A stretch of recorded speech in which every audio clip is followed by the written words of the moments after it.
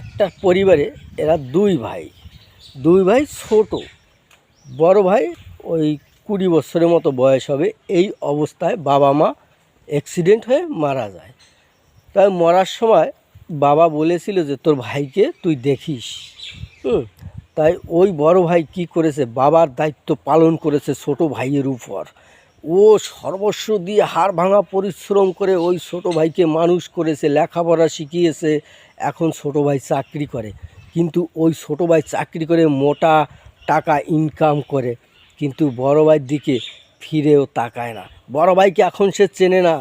এখন সে গাড়িতে চড়ে ঘুরে বেড়ায়, আর বড় ভাই সেই বেকারত্ব অবস্থায় আছে। কিন্তু বড় ভাইকে লাস্ট পর্যন্ত সে কাগজপত্র সম্পর্কে সব কিছু বোঝে ছোট ভাই, কিন্তু বড় ভাইকে সে সম্পত্তির ভাগ থেকেও বঞ্চিত করেছে।